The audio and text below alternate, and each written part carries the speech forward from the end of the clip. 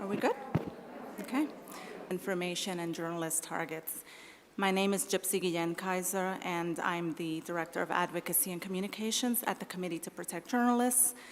CPJ is an independent nonprofit organization that was founded 40 years ago to champion press freedom worldwide.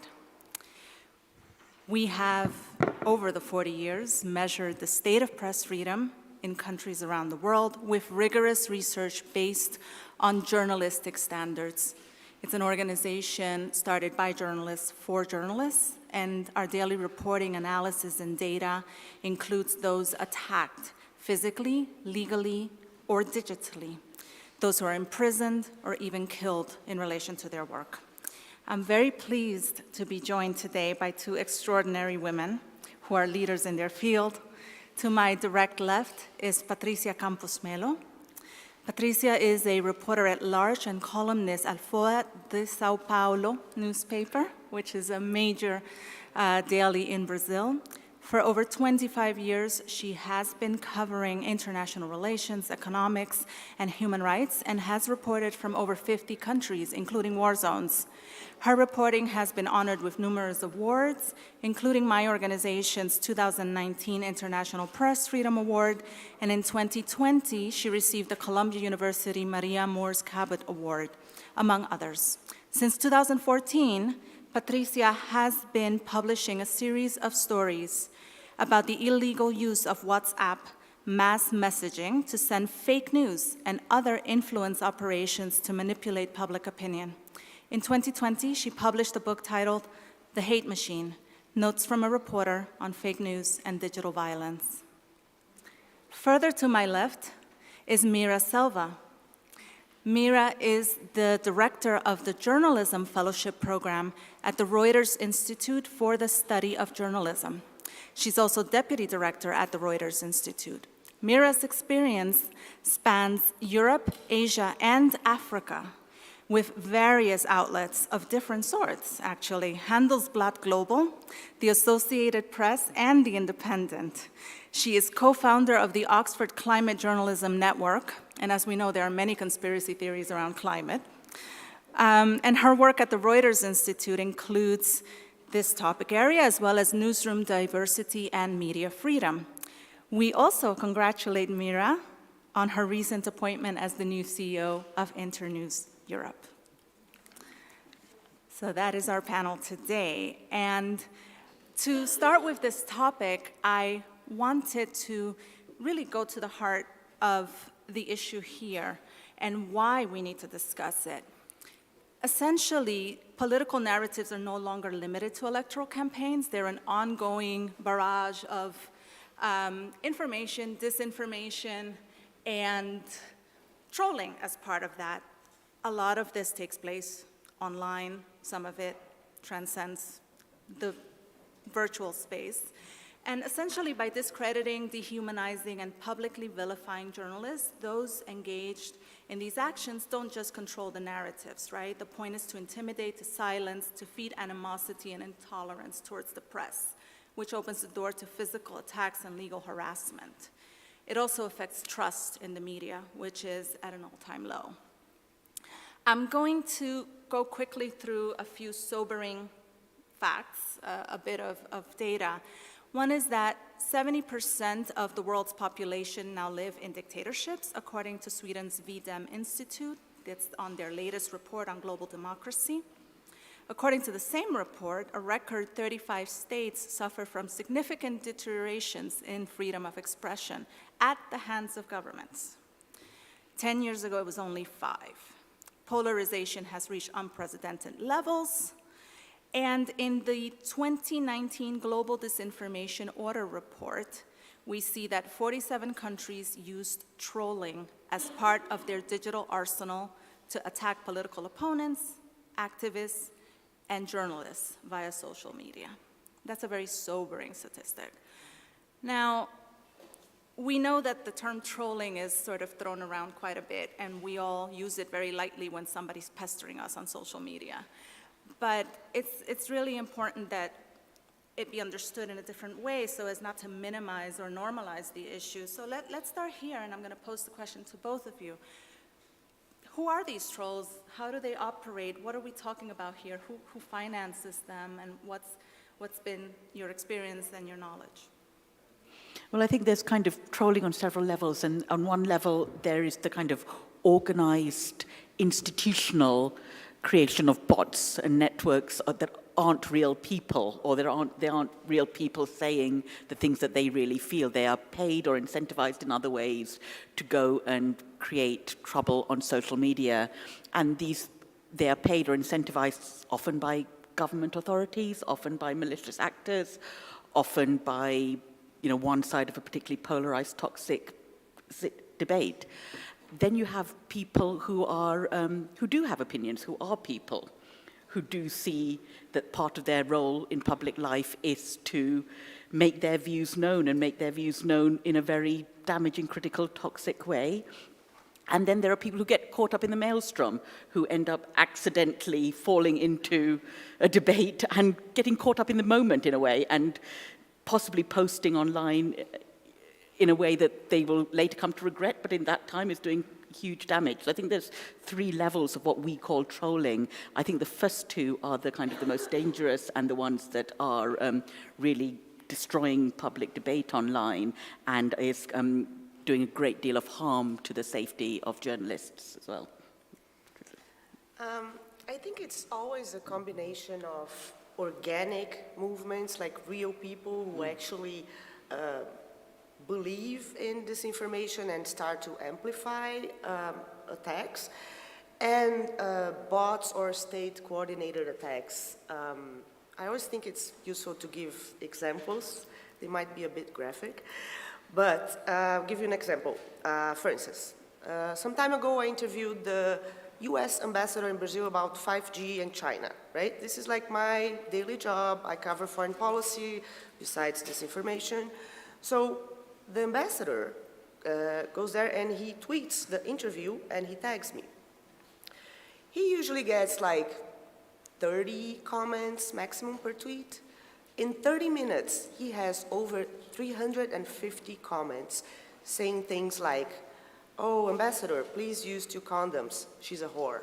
Ambassador, she likes anal sex." That kind of stuff. So what's the effect of that? This is a source, right? I mean, it's part of my job. I need to speak to him to get my job done. So that way, there's both sides. On the one hand, they are intimidating me, because I'm thinking, okay, so every time I post a story, I mean, I don't post opinions ever, but I post stories or tweet stories, there's going to be stuff like that.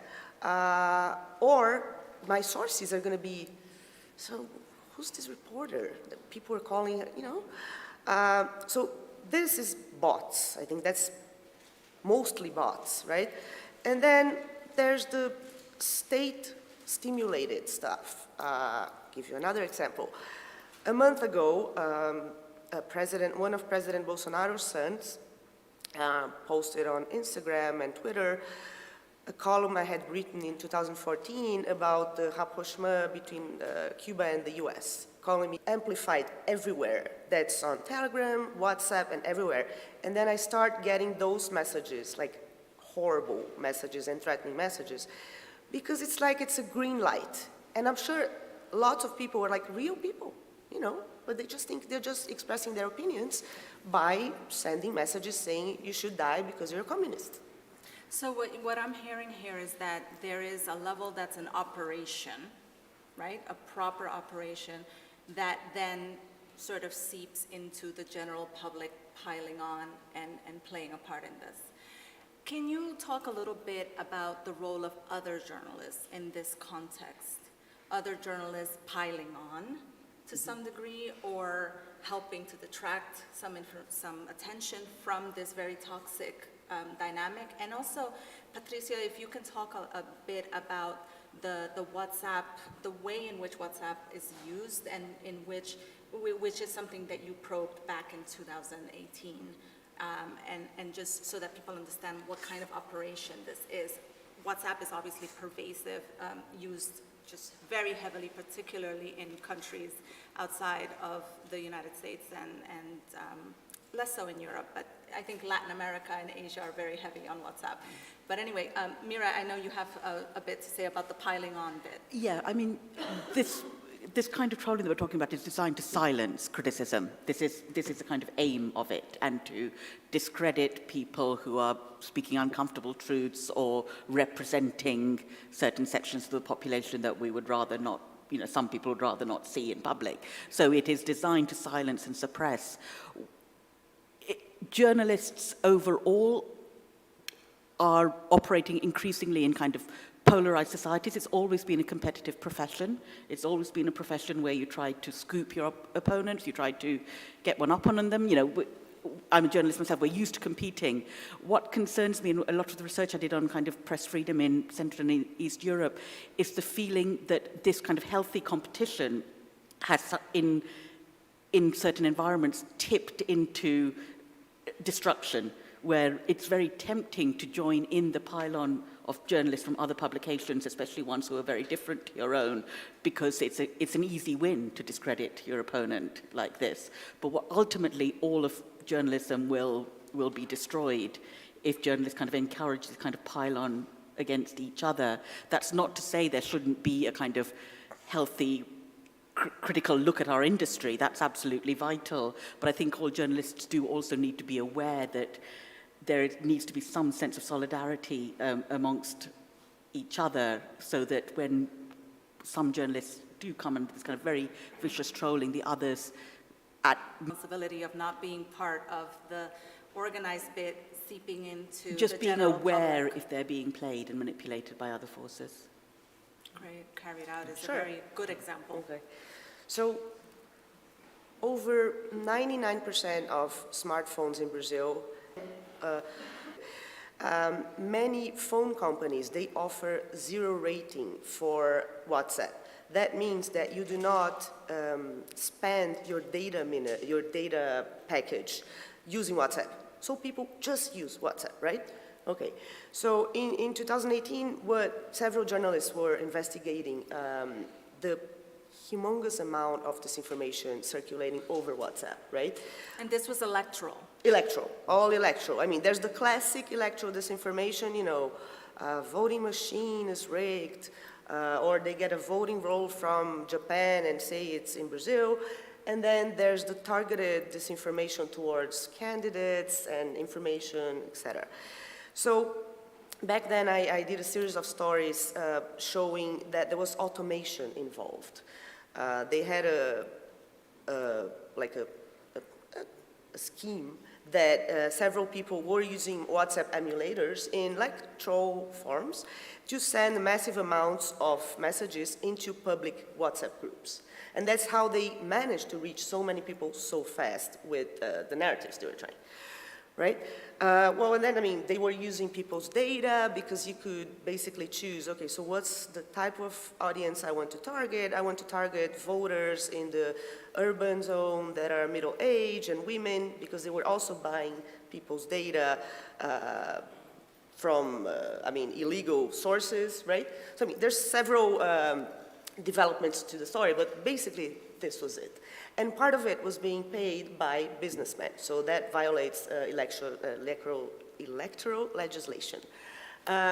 So WhatsApp has become, it's the main way to spread a narrative and keep people in a parallel news ecosystem. Right now in Brazil, Telegram and WhatsApp have this role, because these messaging apps, they use them to, one, discredit critical journalists, investigative journalists. So they're all the time saying, in my personal case, porn videos, porn messages, porn montages, pictures, and all that stuff, or saying people are communist, and discrediting traditional media. In that sense, Rede Globo is the main TV, so that keeps people just getting their information from these WhatsApp groups or from extreme right-wing bloggers, YouTubers, and the role of the messaging apps is that everything is cross-platform. So, Right, there's the screenshots from the created virality that's been clearly paid for and automated, then seeps into the general public, who then start participating in some way. This goes back to the 3 layers that Meera explained. And then we end up with this toxic environment, which also contains a misogynistic element. And there's well-known research from UNESCO and the International Center for Journalists, which found that 73% of women journalists surveyed across 125 countries reported having faced online violence doing their job. So you've been targeted in this way.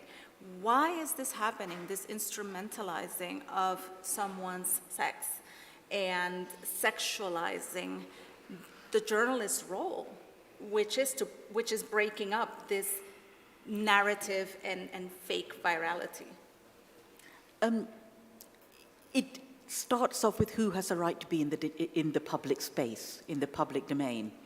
And there is deep-rooted misogyny in several sections of society, and it has been allowed to manifest in the digital space in ways that don't exist in the physical space, because there are laws against it. You know, there are laws against harassment and abuse and violence in real life.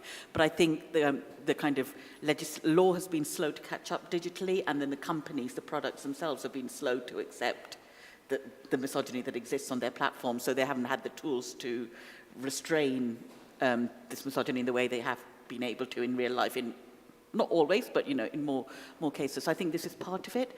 I think it's then, again, it's an easy tool to attack someone with. So when you have a journalist and you look at what they're if they're a woman, there's an immediate whole range of rape threats, sexual allegations, all things you can just throw immediately. They're kind of pulled out of the cupboard in a way. And what we find actually is that men do get attacked online as well. I mean, a lot of research shows that men, posting political comments do come under huge attack as well, but the attacks are different. They're not as personalized. So the attacks that women face are kind of targeted, personalized, often sexualized, often threatening physical and sexual violence. The attacks against men are a bit more like, you're an idiot, but not quite as personal. Right. And Patricia, in your case, receiving these things, obviously this is very hurtful, this is professionally difficult. I mean, how do you approach this vilification of 2 condoms? Right. And, adding to what Meera said, of course, journalists, male journalists are also targeted, but women, it's always like, they're never going to say, your story sucks, it's garbage, or it's wrong, which is absolutely fair, and if it's wrong, we're going to correct, and you may sue me, that's all right. No, they're going to say either, you're fat, you're ugly, you're old, you're offering sex, you're a whore, your husband is corrupt, they're going to threaten your son. It's never about the work you're doing, right? So how I deal with this, and the sexualized aspect, I think there's 2 things.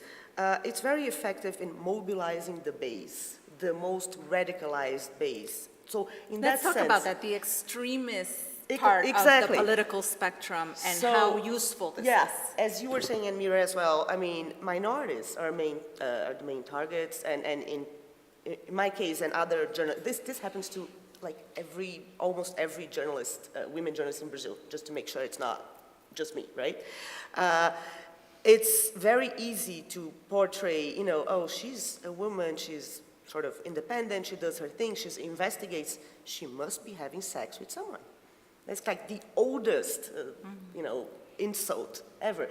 And that way you mobilize your base, and on the other hand, it's a smokescreen. Also going to give you an example real quick. In 2020, there was a militia member with links to the government that was assassinated, right, with 7 cell phones that were not recovered up until today. A few days after that, the president himself and his sons and his allies, they launched 2 online attacks. against me, saying basically that I was offering sex in exchange for information, damaging information against him. And this is done in several platforms, on live TV, Congress floor, and against a very well-known doctor saying that he had embraced a transgender detainee that had committed a crime. Out of the blue. So it's a smokescreen. It's very effective because all of a sudden no one's talking about the militia guy.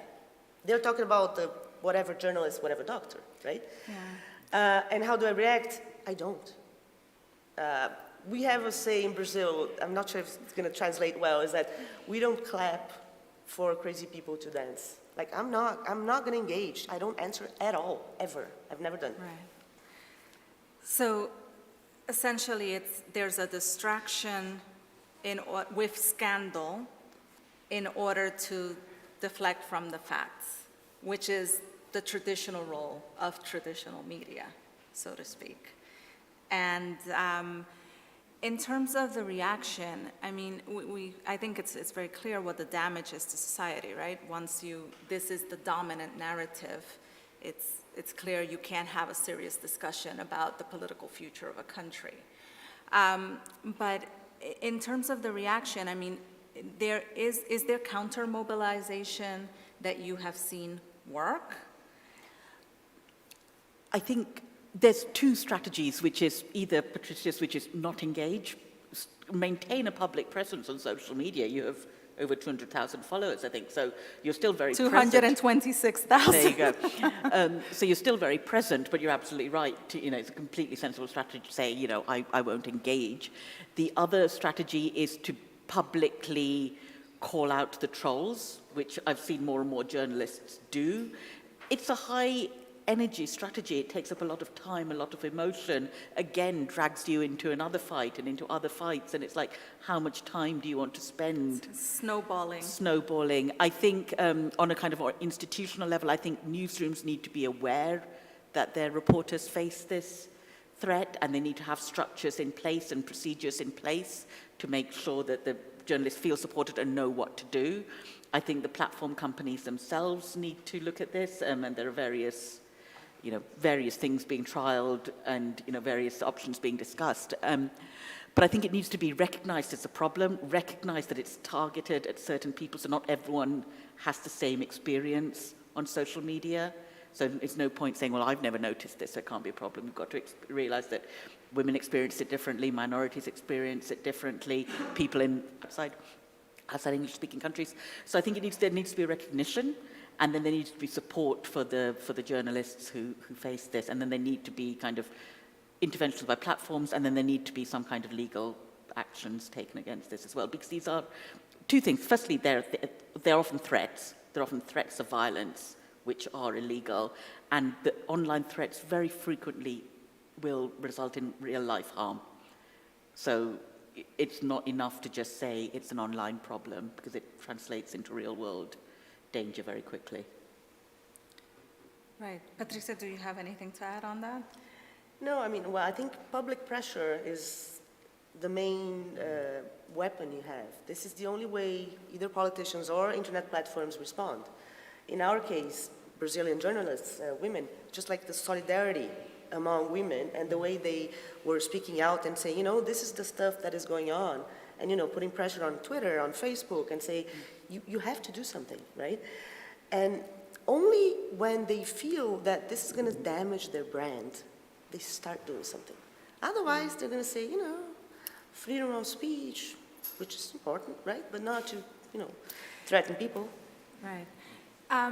There was a significant development yesterday where the New York Times editor-in-chief, Dean Baquet, issued a series of memos, and some other editors at the paper issued a series of memos, essentially telling their journalists that there's no need to be constantly on Twitter, that the platform warps their understanding of who their audience is, and that it's a major driver of harassment and abuse.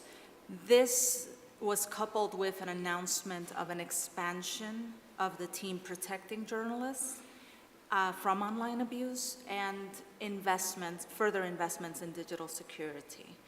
So I do want to ask you in relation to this part about sort of the bubble that Twitter specifically is, because let's be clear, I mean, journalists are very, very present on Twitter. It's a very fast platform. It's a very news-driven platform.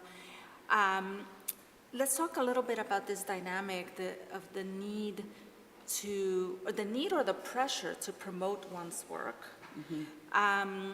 And what's the link to these virtual lynchings, sort of the dynamic there, and what role does that play? Is there a link? And how do you view that? How do you balance that, right? The actual, the engagement with this bubble that can be very toxic. And I know you have a very specific way of handling this where you don't really engage, but it can get very personal very quickly, even between journalists. So it'd be great to hear your take on that part of it. I think journalists love Twitter with good reason. It's kind of like a personalized newswire that's fun and engaging and gets you the news in ways, much quicker than anything else. So it's a terrific platform when it works. I think it's interesting, it's the New York Times saying we don't need our journalists to be on Twitter necessarily, or they're basically taking away a perceived idea that it's part of your job to be on Twitter. That's what they're kind of expressly saying. Firstly, we don't want you to waste time on it, but also if we've given the impression that it's part of what you're meant to do for us, we're kind of expressly saying it's not. That's fine when you're the New York Times and you have that kind of brand and that reach and a business model that works and you're wealthy, and so you've got other ways of promoting your journalism. A lot of news outlets rely on social media and rely on their journalists being on social media much more for brand distribution, so that's part of it. The other part is the gatekeeping role. So young journalists, especially, I know, who have often taken to social media, to TikTok, to put out the kind of stories and the kind of journalism, or even frame the stories in ways that they think their audiences will understand, that their employers have not necessarily agreed with. Sophie Smith-Gaylor, who used to work at the BBC, is now at Vice, built up a TikTok presence that was very independent of the BBC, because she decided that she knew how to tell these stories differently. She was very successful and very good at it. It's not what the BBC wanted her to do. So there is this element of how much do you want to tell journalists to be behind their news brands, because the news brands are then acting as their old-fashioned role as gatekeepers, which sometimes works and sometimes doesn't. So that's, I think, one issue. The toxicity is also partly because the blurring of news and opinion when you post on social media, and I think a lot of the kind of conflagration is because people post things that are opinion, that are also taken as news, and it gets very blurred. And I don't really know what the solution is to that. I think that's something this organization is struggling with generally across the board. But I think, again, if I were under attack, I would absolutely take your approach of saying, I will, from my end, just know that I fully understand that that's the deal that audience often who want to know what you believe in. They want to know who you are. They want to know what you believe in before they trust what you're saying and before they trust your reporting. So it is a difficult balance there. I mean, it's a matter of personality, right? Like some people, they have this presence online and they want to cultivate, the audience. I think there's one important distinction, that is, if you are a reporter, it's not your job to give opinions about stuff you're covering. This is one thing that I think it's really tough. If you're a columnist or, editor, anchor, whatever, it's fine. But if you like tweeting all the time what's your position in specific issues that you are covering? I mean, of course we all have bias, we know that, but can you try, and then again, can you imagine if you spent all that time reporting instead of telling people how do you feel about stuff? So, but that's a personality thing, right? I mean, the way I engage is like, if they say a story is wrong or a story is bad, that's criticism, that's legitimate, and I say, thank you, I'm gonna check, and I'm gonna, tweet or post recordings, You're going to back up your story. I'm going to back up my story, right? Yeah. But I'm not going to say, I don't know. But again, I don't judge. This is a personality. I wouldn't have time. I'm not the, fighting type. I'm not going to, I understand some people do, they tweet and they tag the minister and I'm like, why would I do that? Let me ask you this. Is the combination of the coordinated attacks and the heavy opinion dimension, and sort of a very personalized take, and then these very personalized attacks, is that creating, is that coming together and affecting trust? Trust in the individual journalist, trust in the role of journalism, trust in the established facts. If you could comment a little bit on that, I think it would be useful, because ultimately, if we go back to what I said at the beginning about vilifying, dehumanizing, and removing this element of authority of the facts, which come to the public through the journalists, if we consider that in relation to the organized attacks and the very present and dominant role of opinion online, where does that leave us in terms of trust? Sure. I think this is a very interesting question. I think to some extent, several of these so-called digital populist leaders, they did manage to create parallel news ecosystems. Sorry, I'm giving all these Brazilian examples, but that's the ones I have. That's your reality. So sorry, but I'm sure it applies to so many countries. If in Brazil you have a big part of the population, I don't have quantitative research to do that, but I mean there's several polling that they do not believe in mainstream newspapers, they do not believe in mainstream TVs, they believe in social media accounts of the president and his allies, extreme right-wing bloggers, and WhatsApp. Is there a role for religious media? Because I know there's very big religious media in It's Brazil. part of the base. It's part of the base. It's also, there's a convergence, the anti-vax, religious, anti-abortion, not that is not legitimate. There's the anti-abortion crowd that is not saying that, everyone, it's not, but they get these very specific polarizing issues. And so there's this ecosystem. So if you're writing something like or a website online, say this is XYZ, and the person said, no, I got a WhatsApp yesterday from my cousin, and I really trust her. And the president said that all media are communist, so. Right. Meera?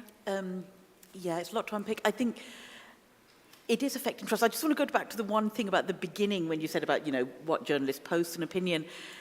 That's partly true, but I also don't want to get into victim blaming here, because some journalists are just going to be trolled, not because they're doing something wrong online. Regardless. I mean, I remember one conference where Rana Ayub pulled out her screen and tweeted a full stop, and then just to show the instant trolling that followed her. So, well, that's the thing. I think people get to a point where it's going to be triggered no it's matter going to be what. triggered No matter what they by do. you existing. Blame victims, by it's your going to be triggered existence and your role as a journalist. Exactly. So, and then so it's not. So it's not so much about that journalists necessarily need to change.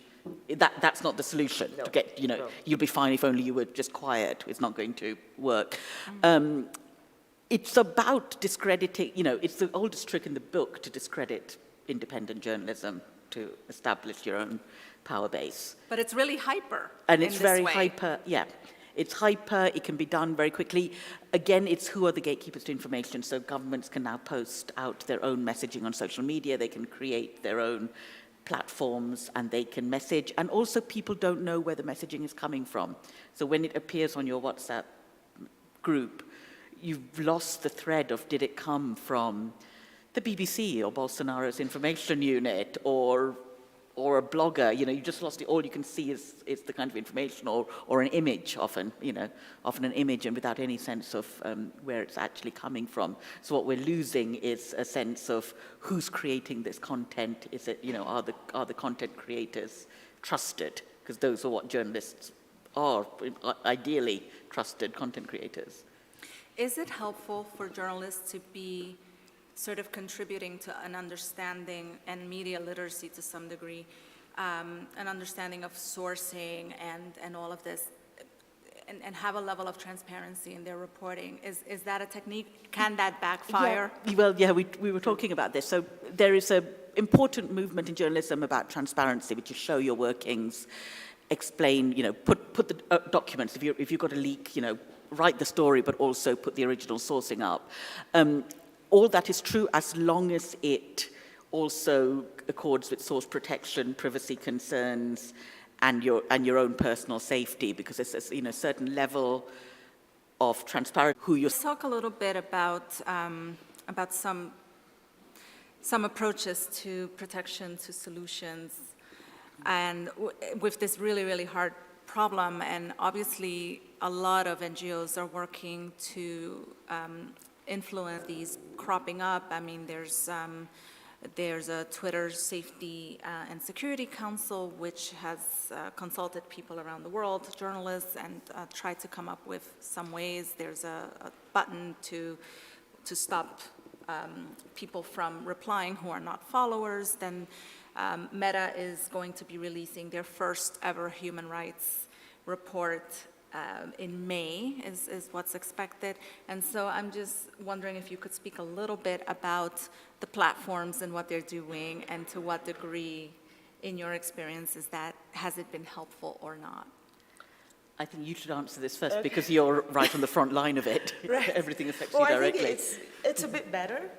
When all that craziness started in 2018, they were literally ignoring, that people were being harassed, and that having deepfake porn stuff, it's not freedom of speech. However, now I think, for instance, Twitter, they are more proactive, right? They are trying to do something. There's the security, the safety initiatives. However, we don't know, there's no transparency as in, how many moderators do you have for a specific language, right? How much money did you invest in AI in a specific language? Because what I see is sometimes it's just overwhelming, the amount of trolling and attacks that violate their community rules. They can't keep up. And then, since we don't know how much they spend in that. Right, so you don't know how much they're investing in controlling something that is ultimately going to affect the amount of traffic on their platform, and also that it's very English-centric. It's very English-centric. I mean, there is a recognition, we've come a long way, and at least there's a recognition that this is a problem, and a recognition that this is happening online, and it's organized and structural, and again, causing real-world harm. So I think that is some progress. It's very focused on the English-speaking world. I think it's, it doesn't apply. And that's, I think outside the English-speaking world, it's not so much about traffic, because I think in some countries, the traffic is relatively low, because, it's like low populations, but just not willing to put in the resources. In other places like India and Brazil, it's very high population densities. And it's a very, you need people who really understand on the ground what's going on, who understand the nuances of language, who understand the things that are going to be triggering and dog whistles. There are certain phrases that exist in all cultures that are dog whistles, and it's very hard to police those unless you have a team who are really rooted in that country. And a lot of this is absolutely to do with issues of diversity and AI and diversity in tech. Who is writing the codes? Who's writing the algorithms? Are they truly representative of the user base everywhere? Are they being fair? Are they programs that end up with the products that we have? Yeah, and the control mechanisms to keep a degree of civility and safety on the platforms, right? Okay, that's very helpful. I know, Meera, that one of the things you recommended in a report that you wrote called Fighting Words, focused on Central and Eastern European journalists, that journalists can defend their work by focusing on value and by having the value of their work, the value of their reporting, which goes to the heart of this notion that journalism is a public good. And in a way, these platforms are such a public space, and a very dominant public space, that it makes sense for that case to be made on those platforms. So it'd be great if you could talk a little bit about that approach and how to do that in a very politicized world. Absolutely. I mean, I think it's part of a wider conversation about journalists need to advocate for themselves, which again is not something to do, it's an industry, you don't want to become the story, but to essentially say this is who we are, and, you know, the information doesn't just fall from the sky, it is created, it is written, the stories are written, they're investigated, they're produced by people like you and me. And in Hungary, for example, you know, which is going through a real convulsion in the media space, and a lot of independent outlets are folding, basically very, you know, overt external government pressure. But the ones that are trying to survive are doing so by making the case to their readers, support us because this is why we are important. I mean, it's a slog and it's dispiriting, and I don't want to say this is like a magic key, but it's almost vital that you do it, that you kind of explain to readers what good journalism is, and who you are and why you're doing it, not by giving all your personal details, but saying, you know, this is the principled idea. And I think that's, in Central and Eastern Europe, a lot of the journalists I spoke to said this is just the way they're coping with kind of this horrible pressure that's coming to bear down on them, and their ability to work is to kind of say, we need to kind of come up with our own message story about ourselves and be willing to tell that story, both to ourselves in particularly dark times, but also to the public. Right.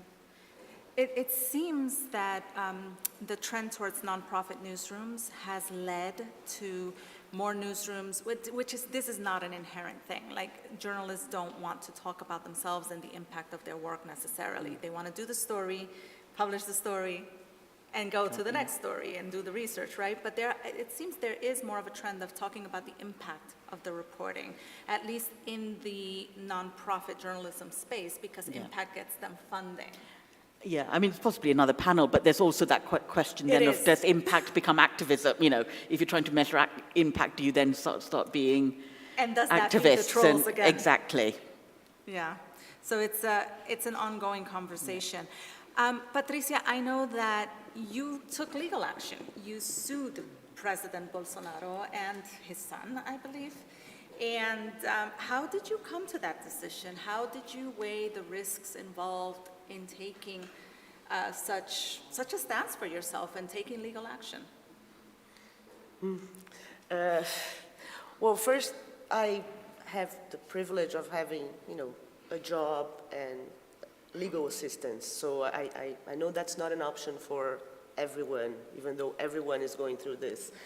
There's some places that offer legal assistance, like in Brazil, we have the Association of Investigative Journalism, but it was really the last resort. I mean, I was publishing all concrete evidence, you know, saying, see, this is a lie because not engaging, just, you know, and my idea was like, this is going to go away, right? This is, you know, 2 days, 3 days, that's the lifespan.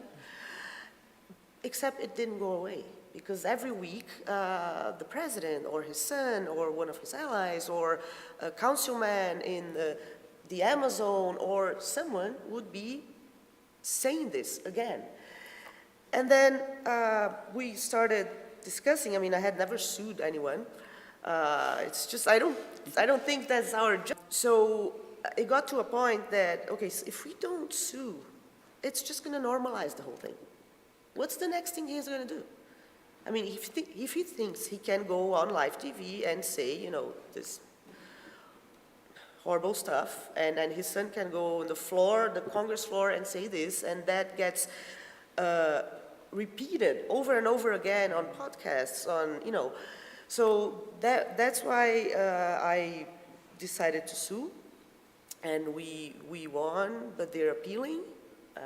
So they're in the appeal process right now? They are. And they're also in an election process, is that correct? They're also in the election process, yes. Yes. And so it continues. It's going to be interesting coverage. Okay, very good. Well, I think we've explored a number of issues, and so if any of you have comments that you'd like to close with before we open up for Q&A? No? No. Okay, very good. Obviously, a very complex set of issues, but it's heartening to hear that at least there are some openings in terms of improvement of the technology, a dialogue that's ongoing, a need to diversify, and to consider options, given a specific context that might work, such as your decision to sue. I'm going to open up for Q&A at this point. We have no microphones to go around the audience. So what I'm going to ask is that you please identify yourself if you have a question, speak up clearly, and I will repeat the question so that it is available for the recording of this session. Please, here in the front.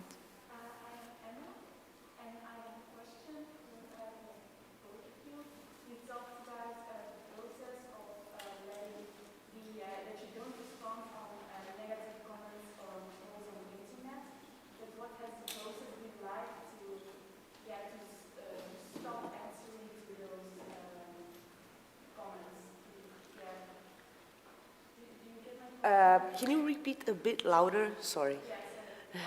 So you stopped answering to comments. Okay. What was the process like that you get? Okay, so the question, yes. let me just repeat the question for the purposes of the recording.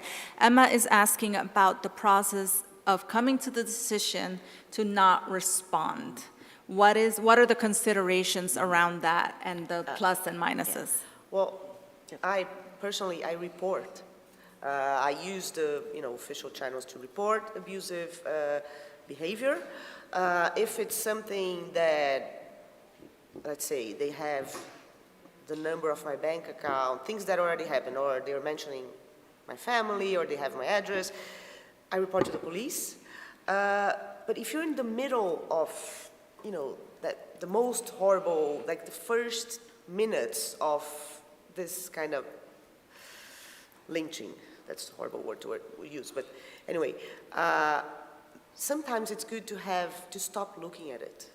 I mean, at least that's how I felt. I got a friend, it's like, just look if there's something I need to be worried that's gonna, be in real life, if people have specific data or information, and tell me. But don't, because if you keep on looking at it, it just gets toxic. You're getting intoxicated. It's like, you keep on thinking, who are these people?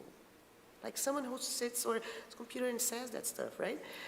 So I guess I don't have many, not sure if that's if that's an answer that helps, but I usually either report or stop reading.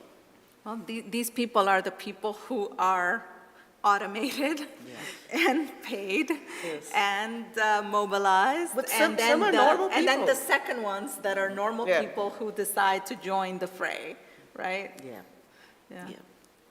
Go ahead, Meera. Yeah. Do you want to Okay. add to it? There's another question here in the front, please.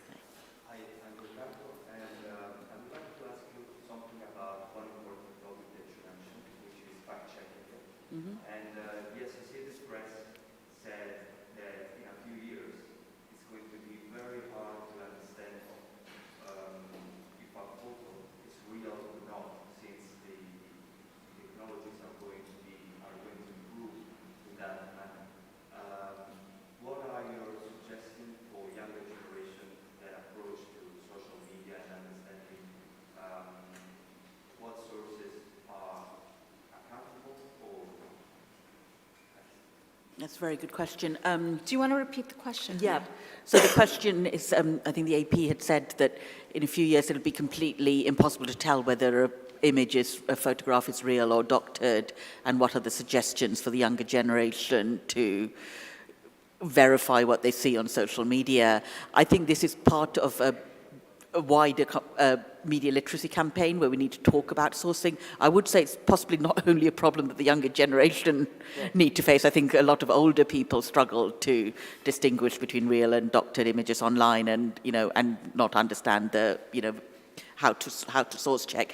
I think if we say that a healthy information ecosystem is vital for the kind of functioning democracy, there's a big case for having more media literacy conversations at school, at university, and throughout throughout our lives, really, because the technology changes and the threats change. So it's not something you can learn once when you're 15 and think that'll carry you through till you're 65. So in the same way that you have public education campaigns on vaccinations or on how to vote, I think we possibly need public education campaigns on how to consume media, how to trust your sources, how to check. And this needs to be done every few years because the technology changes.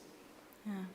I'll actually add to that there's quite a bit of discussion going on around this, and one of the things that's actually being discussed at this festival is Adobe has an initiative that's called the Content Verification Initiative, and it's a technical solution for journalists who are taking photographs in particular. I'm not sure if it applies to video, but it's a unique timestamp and geolocation thing that allows for the verification, the contextualization of legitimate images before publication, or if you need to prove certain things post-publication, it's able to lead back to that. And then there's some nonprofits that also do work in this area. The organization called Witness, which is, they use video for advocacy, and they're US based, and there's a group that's also based in Berlin called Tactical Tech that looks at a lot of these issues. So there are ongoing efforts, and hopefully they will be effective in this regard. Okay, are there any, we have another question here in front. I'd like to know, how do you think that institutions and platforms should face the fact that that hate speech and these kind of attacks are every time more acceptable or naturalized or actually presented as freedom of speech? Do you think that platforms and institutions should do more against that? That social acceptance. Yeah, that's an excellent question. Do you want to repeat the question, or I can repeat it? If platforms and institutions should do more in terms of responding to hate speech because it's getting more normal and widespread, right? Versus freedom of expression. Versus freedom versus of- the notion. Even as it's freedom of expression of opinion, it's just legitimate opinion. Right. I think it's very hard, and we don't want that they're going to be in the position of, but they are in the position of saying, okay, so this is hate speech and this is not, right? This is disinformation, this is not. We want to avoid that, but in the end, that ends up happening. So I think maybe to get this, for that it's a bit better, you need transparency. You need very transparent and updated community standards saying, okay, so what is allowed and what is not, right? And when writing this, usually platforms prefer to do universal rules. However, there's regional and country level specific dog whistles, very subtle stuff. So I think there needs to be some local knowledge, right? So that you can identify hate speech in specific country contexts. But I mean, it's more in terms of transparency and following their own rules than, because we don't want to give them that much power. I mean, that's the whole discussion, at least in Brazil and several other countries where we have bills to regulate platforms. To what extent do you want to give them this huge power of saying, this is hate speech? I don't allow it. Yeah. And to what extent can you regulate civility, right? Which is, that's part of the reason we're having this discussion, because it's a virtual lynching that is motivated, perhaps initiated by these automated trolls and bots, but seeps into the broader population that has opinions that may or may not be legitimate, right? And so you don't want to get into a situation where aspect of it, depending on who's in power. So this is another very important element to keep in mind. There's another question here. Hi, my name is Jacob. My question is for Patricia. How do you say Brazil compared to the rest of South America in terms of hate speech issues and information?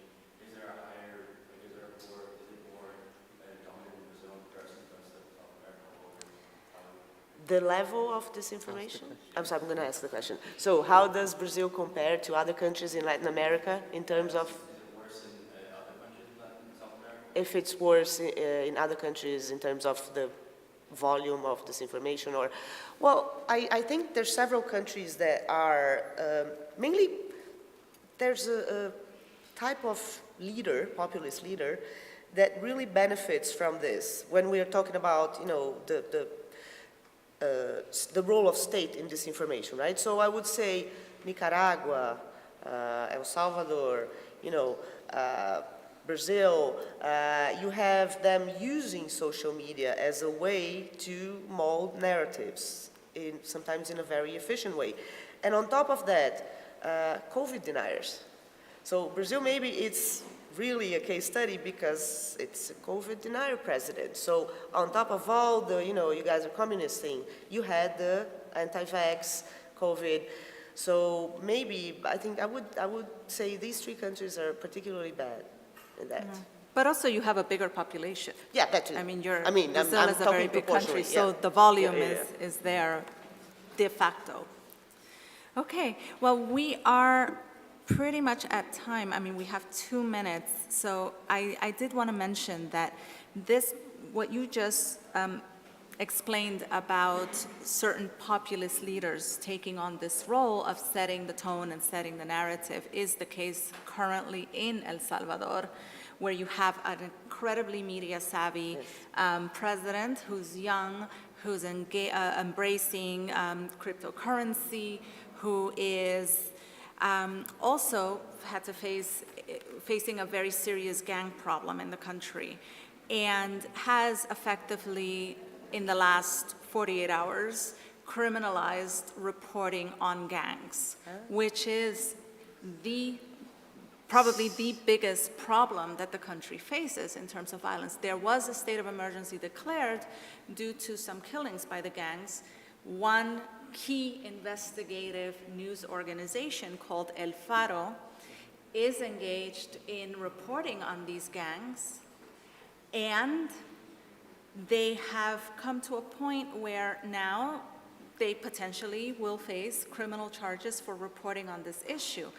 As this happened, El Faro has been targeted by bots on social media platforms. So clearly all of these things are linked, and we will continue to see how it plays out.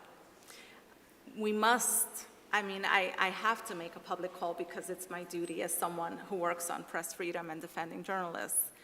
We must defend our right to know things, to know the truth, to have the facts.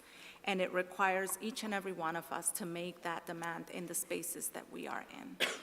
I know this is a friendly crowd. You all came to this festival because you care and you want to learn and know, but it really requires an active defense of our right, our collective right, to know things that affect our daily lives and our ability to decide. And that's what journalism does. That is the purpose of this work. And with that, I'd like to end, unless any of you want to say anything else. Thank you so much for joining us.